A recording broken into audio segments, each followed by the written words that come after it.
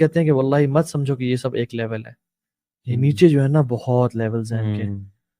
کسی کی قبر جنتوں کا ایک باغیچہ ہے, روضۃ من ریاض الجنہ, اور کسی کی قبر pit from the pitfalls of hellfire. It's a whole world underground, you know. It's not just a graveyard. Try to understand. کی حدیث ہے نا, کہتے ہیں نا کہ اگر تم لوگوں کو کہ پتہ لگ جائے نیچے کیا ہو رہا ہے نا, تو تم لوگ اپنے جو ہے نا مردہ کو دفنانا بند کر دو, دفنانا چھوڑ دو. Because if you know the عذاب of قبر, تو تم لوگ کو یہ چھوڑ دو گے. آپ صلی اللہ علیہ وسلم کی تو ایک دفعہ اونٹنی اتنی تیز بھاگنا شروع کی کہ آپ صلی اللہ علیہ وسلم he was about to fall. اچھا.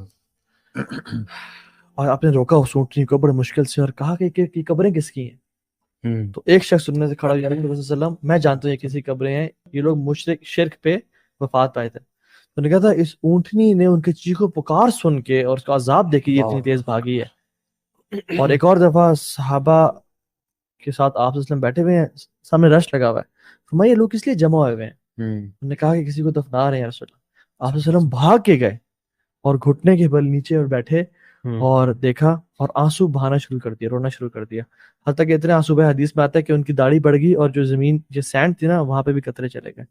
اور پھر آپ نے جب صحابہ کے پاس آئے اور کہا کہ صحابہ اپنے آپ کو یعنی اپنی قبر کی پناہ مانگا کرو, قبر کے عذاب سے پناہ مانگا کرو. کیونکہ صحابہ کرام جو تھے نا وہ they wouldn't always think about the day of قیامت, you know.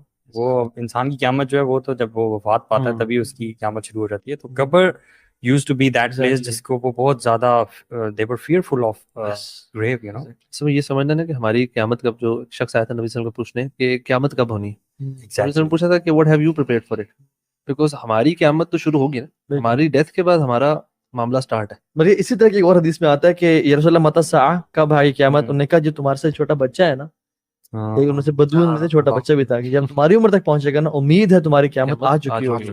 یعنی یہ تو موت ہے, یہ قیامت الصغریٰ ہے, انسان کا حساب شروع ہو گیا. اور عثمان بن عفان اکثر ہویا کرتے تھے قبر کو دیکھ کے. ایک شخص نے نا ان کے جو مولا تھے ہانی, انہوں نے سوال کیا عثمان بن عفان سے کہ میں آپ کو نوٹس کرتا ہوں آپ جنت جہنم کا تذکرہ سن کے اتنا نہیں روتے, لیکن آپ قبر کے جب بھی گزرتے ہیں آپ بہت رونا شروع کر دیتے ہیں. کہتے ہیں واللہ میری ان کانوں نے اللہ کے نبی سے سنا ہے کہ اول منزل من منازل الاخرہ, this grave is the first step from the steps of آخرہ. جو یہاں پہ کامیاب ہو گیا اس کی آگے زندگی آسان ہو جائے گی, اور جو یہاں پہ ناکام ہو گیا اس کی آگے ساری زندگی ناکام ہو جائے گی. اور پھر فرمایا کہ this is the worst place, worst ditch that I have ever seen. یہ اللہ کے نبی نے فرمایا, یعنی اللہ کے نبی کہہ رہے ہیں this is the worst ditch I have ever seen. یار قبر جو ہے وہ جب بھی کسی بھی شخص کو ڈالا جائے, چاہے وہ نیک ہو بد ہو جیسا بھی ہو, ایک چیز اپنی جگہ رہتی ہے کہ قبر اس بندے کو ایک بار ضرور جھنجھوڑتی ہے, رائٹ, ایک بار ضرور دباتی ہے, چاہے وہ نیک بھی ہو. جیسے اور وہ جو حدیث صحابی تھے نا جو سعد بن معاذ تھے, مطلب جن کی وفات پہ شہادت پہ عرش کانپا, یا اللہ عرش کانپا کسی اور صحابی کی وفات پہ 70,000 اینجلز آئے. اور آپ نے فرمایا کہ اگر کسی کو قبر چھوڑ دیتی نا تو وہ سعد بن معاذ کو چھوڑتی, لیکن it still squeezed him, یہ تو نے چھوڑ دیا. اور ایک اور حدیث میں اللہ اکبر آتا ہے کہ یار یہ سن کے ویسے بڑا ڈر لگتا ہے یار کہ وہ کہاں ان کے ساتھ یہ ہو رہا ہے تو ہمارے ساتھ امیجن کریں نا کہ 70,000 اینجلز نیچے آ رہے ہیں, عرش ہل رہا ہے, اور قبر نے پھر بھی سکویز کیا ہے. مطلب عرش کوئی چھوٹی چیز ہے, جس رب کی نسبت ہم عرش سے دیتے ہیں, رب العرش المجید, رب العرش الکریم, وہ عرش کانپ رہا ہے, کوئی چھوٹی چیز نہیں ہے. یعنی ہم اگر کمپیریزن کریں اس آسمانوں کا عرش سے کہ اٹس ہیوج, اور اللہ کا عرش رحمان کا وہ کانپ رہا ہے, پھر بھی the grave squeezed him. وہ کام کیوں رہا ہے یہ بھی پتا ہونا چاہیے کہ this is the status of that صحابی, this is his piety, this is his actions. ماشاءاللہ کتنے اینجلز آ رہے ہیں جو ہے ان کی جو ہے جنازے کے لیے. ایک اور حدیث میں آتا ہے کہ ایک بچہ وفات پایا, آپ نے فرمایا کہ اگر قبر کسی کو چھوڑتی نا تو اس بچے کو چھوڑتا, لیکن it still squeezed this kid as well, this baby as well, and then it released. حدیث میں کیا آتا ہے کہ جو شخص مطلب قبر میں جاتا ہے نا اور گناہ گار ہے, یعنی ایک تو وہ شخص ہے جس سے پوچھے گا کہ تم کیا کہتے ہو اس شخص کے بارے میں, آپ صلی اللہ علیہ وسلم کے بارے میں, تو کہے گا کہ عبدہ و رسولہ, یہ اللہ کے وسلم, اور شہادت پڑھے گا تو اس کے لیے فرشتے کہیں گے کہ تم صحیح کہہ رہے ہو, ہمیں پتا تھا تم یہی کہو گے, کیونکہ ہم ہی تھے جو لکھتے رہے تمہارے اعمال, تم نیک اعمال کرتے تھے, گناہوں سے بچتے تھے, جھوٹ سے چغلی سے بچتے تھے. جو شخص کہے گا نا کہ میں نے لوگوں سے سنا ہے ان کے بارے میں وہی کہتا تھا جو لوگ کہتے تھے, یعنی منافق ہوگا وہ شخص. اس کو اس نے میموری کام نہیں ہے کہ جاننا چاہے گا کہ میں یاد کروں یہ کون ہے, لیکن اس کو میموری کام نہیں دے گی کیونکہ اس کی زندگی نہیں گزری نا. اور حدیث میں کیا آتا ہے کہ جب وہ کہے گا نا تو فرشتے کہیں گے ہمیں معلوم تھا تو یہی کہے گا. اور پھر آپ نے فرمایا کہ جو قبر نا حکم دیں کہ قبر کو اسکویز کرو ایسے, اور جب اسکویز کرے گی نا تو آپ نے کہ ہاتھ ایسے تھے اور کہا کہ اس کی ریبز آپس میں کراس کر جائیں گی, یعنی ریبز ٹچ نہیں ہوں گی, وہ کراس کر جائیں گی. And this will happen till the day of judgment. So قبر کا بہت ڈیٹیلڈ ٹاپک ہے. I want us to discuss کہ what will happen on the day of judgment and what's the day of judgment, what will happen. کیونکہ جتنا زیادہ ہمارا آخرت پہ یقین, ایمان, تذکرہ ہوگا نا اتنا ہی ہمارے اعمال اچھے ہوں گے. ایکچولی آپ دیکھیں نا کہ ہم قبر کے بارے میں ڈسکس کر رہے ہیں, ہیئر آفٹر کے بارے میں ڈسکس کر رہے ہیں. امیجن کریں ایک بندہ جاتا ہے, قبر میں جاتا ہے, اس کی فوتگی ہو جاتی ہے اور اس کے اوپر جو ہے اوپر مٹی بھی ڈال دی جاتی ہے اور فرشتے بھی اس کو نظر آتے ہیں اور اس کا حساب کتاب بھی شروع ہوتا ہے.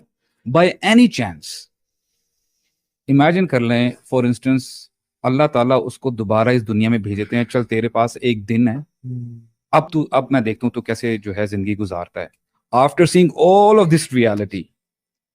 تو میں یہ سوال اپنے آپ سے بھی کرتا ہوں, کیا وکاس would you lead your life the way you leading now, کہ تو ایک ایک منٹ یوٹیلائز کرے گا, ہو سکتا ہے وہ 24 آورز تو سجدے سے اٹھے گا ہی نہیں. صحیح بات ہے, واللہ اٹھے گا ہی نہیں. یعنی صحیح بات. تو اللہ تعالیٰ نے یہ قرآن مجید نازل کیا اور اللہ تعالیٰ فرماتے ہیں الم یعن للذین آمنوا ان تخشع قلوبہم لذکر اللہ.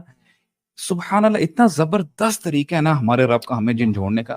کہتے ہیں کہ لوگوں پہ وقت نہیں آ گئے یعنی ایمان والوں لوگوں کے لیے کہ ان کے دل جو ہے نا کانپ اٹھے اللہ تعالیٰ کی خشیت سے, کانپ اٹھے. اور بار بار جو ہے سورہ حدید میں اللہ تعالیٰ فرماتے ہیں اعلموا, جان لو, جان رکھو آنکھیں, یعنی اپنے کانوں کو کھولو اور اپنے دماغ کو یوز کرو. اعلموا انما الحیات الدنیا لعب ولہو وزینۃ وتفاخر بینکم وتکاثر فی الاموال والاولاد. یعنی دیکھیں نا تم لوگ ایک دوسرے سے ریس لگاتے ہو, جی کتنا مال ہے, کون سی گاڑی ہے تمہارے پاس, موبائل فون کون سا ہے, تمہارے کتنے بچے ہیں, 2 ہیں, میرے پاس. یعنی ہم ریس کرتے ہیں ایک دوسرے کے ساتھ. كمثل غيث أعجب الكفار نباته ثم يهيج فتراه مصفرا ثم يكون حطاما. ایک کسان کی مثال دی گئی ہے کہ جیسے کسان کو اب دیکھیں, یہ کسان سے پوچھے گا آپ, یہ وہ اپریشیٹ کرے گا کہ جب اس کی وہ جو کھیت اس کا ہوتا ہے لہراری ہوتی ہے, اس کو بڑی اس کی سب کچھ ہی وہ ہے, اس کو اتنی پسند آتی ہے. لیکن کہتے ہیں کہ اگلے فیز میں وہ ساری یلو ہو جاتی ہے, یعنی ختم ہو جاتی ہے.